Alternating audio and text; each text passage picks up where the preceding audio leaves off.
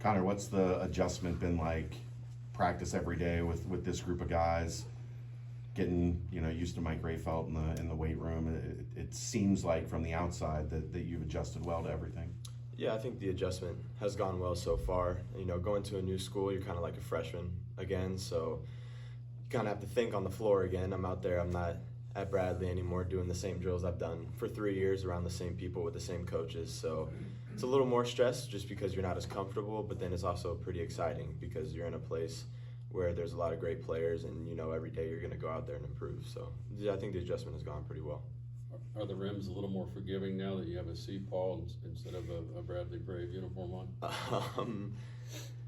Yeah, I would think so. I think when I played here last, they were pretty forgiving, so it was okay. Tell us about how you got here.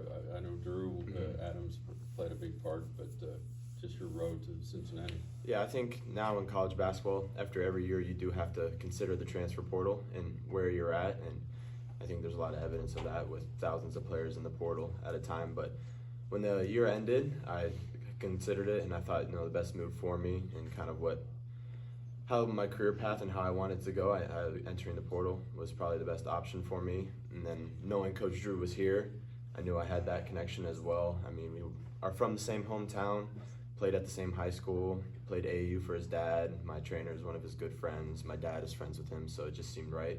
And right when I hit the portal, I think he was one of the first people to contact me. So, Coach Rayfeld picked you as monster this summer in the weight room. When did you kind of develop that willingness to compete, not only on the basketball floor, but also in the dark in the weight room? I credit a lot of that to my high school and where I went, Bloomington South. I had a knee injury in 8th grade, and after that, I really started to hit the weight room, and I noticed that it really does have an effect on the court. I was able to start dunking, so that was pretty cool, because if you look at my family, you'd be like, there's no way he's going to turn out that athletic. But I started taking it serious in high school, and it kind of transitioned to Bradley with Eddie Pappas as the strength coach there. He really had that hard work, grit mindset as well, so that just furthered my development in that path. And then Mike Rayfeld is along that line as well, so it was a good fit. Have you felt that continuity and the kind of the ability to transition in the program a little bit more seamlessly with how many guys have been retained over the past couple of years? Yeah, like Coach Miller mentioned earlier, being one of the guys at Bradley who was the example of being there for 3 years with new guys coming in, it definitely does make a difference. Being able to stand on the side and watch somebody do the drill or kind of provide an example of the concept, so then you have like real visual examples of how to apply it, and not just being thrown into the fire having really no idea what you're doing. So having those 6 guys return and having such high-level players who are returning to give you that example has really been helpful. Give us a little insight into this behind the scenes, what this group was like as an outsider coming in. The word has been everybody is very welcoming. How were you kind of embraced, maybe especially since they did even get a chance to recently play with you before you got here? Yeah, I mean, having played Against you. Yeah, right. Having played here was pretty funny, because then you have some relatable stories about things that happened on the court and such, and then also getting to talk trash to some of the guys, like, oh, I scored on you now, and I get to score on you in practice now. So, just things of that nature. But yeah, very welcoming group. A lot of great guys. I think when you're wanting to build a winning program, I think character matters over talent, and I think Coach West, with a lot of the returning guys, scored on both fronts of that. So coming into the locker room, you have a lot of great guys who are very understanding of your situation, and then you have to be understanding of their situation and who they are. And I think if you have great character, the connection is just going to be seamless. So Who do you like the least, Bob? CMOS. CMOS. Yeah. You didn't come here to sit. Does it matter who starts on this team with the depth that you have? I think when your goal is to win championships, you have to have people who are accepting of roles, right? You can only start 5 people, you can't start 15. So I think it doesn't matter. I think you guys saw it last year with the 6 guys they're bringing back. It's a lot of great talent, and with the freshmen and the transfers that have been brought in, it's a lot of great talent. And I think if you want to win, you have to have guys who are accepting of it's okay to be the 6th, 7th, 8th man. It's not always who starts the game, it's more about who finishes the game. So What do you feel like you've had to work on or tried to work on the most transitioning from Bradley to the Big 12? Obviously, a lot greater athlete.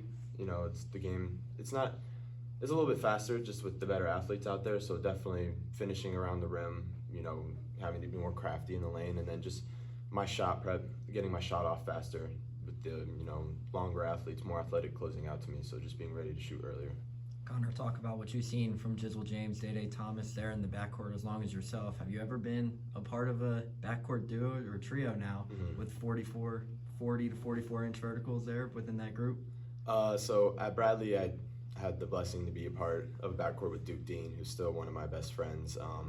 He's 5'7", but I have seen him do a windmill before. I don't know how much his vert is, but it's been close. But I've been a part of many great backcourts over my time playing basketball. But with them, it's been a little different with guys who can jump 44 inches, are extremely fast, and pick you up full court every day in practice. So coming here, I knew what they were, obviously having played them, but I knew also they were going to help my game tremendously in terms of developing. Connor, I think I saw somewhere where you're at 40 inches on the vertical, right? Yeah. Right. Was that something that you at Bradley you probably like in the high 30s, or is it something that you've been kind of constantly baseline in the 40s? I don't think I've ever been in the 40s before. I think the training here that Mike Rayfeld does is very, you know, I've done some similar things, but I haven't done things where it just makes sense. Like a lot of stuff he does is very smart, and I've always been able to jump fairly high, but I think being here, it's really ramped up. Have you caught anybody by surprise by your athleticism, maybe at the rim?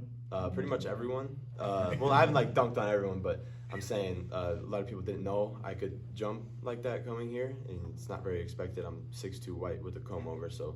But that works to my benefit though. But a couple practices ago, I don't want to put Rayvon on blast. He did find out though. Was it like a pump fake on the three? Just No, it was 1-2 steps down the lane on Ray. Yeah. All right. So Ray said he's got a bounty on my head right now in practice. He's coming for me. Have you got CMOS yet? Huh? Have you got CMOS yet? No, not yet. That's the one I want the most on. Would you consider having comb over on the back of your jersey? Comb over on the back of my jersey? I don't think so. No, I don't think so. Coach West mentioned the young talent with Tyler Betsy and Tyler McKinley. What has been your impression with those three? No, Tyler's out. First off, I'm devastated for Tyler McKinley. Just having a knee injury, especially when you're a freshman, and he was doing so well. He was a great guy, but also great on the court. I mean, he's one of the hardest working players I've seen on the court. You know, extremely great motor. And then with Tyler Betsy, he's quiet, but he might be one of the funniest people I've ever met. But my first impression of him was I didn't know who he was. I mean, I've heard of him, but I didn't know he could shoot the ball like he can. And he's an excellent shooter, great off the catch, and he's really developing his game off the dribble as well. I mean, in the next couple of years, he's going to be a major problem, and he's probably going to be a problem this year as well. Anything else? Cool. Thanks, Connor. Thank Thanks, you. Connor. Appreciate you. Thanks, Connor.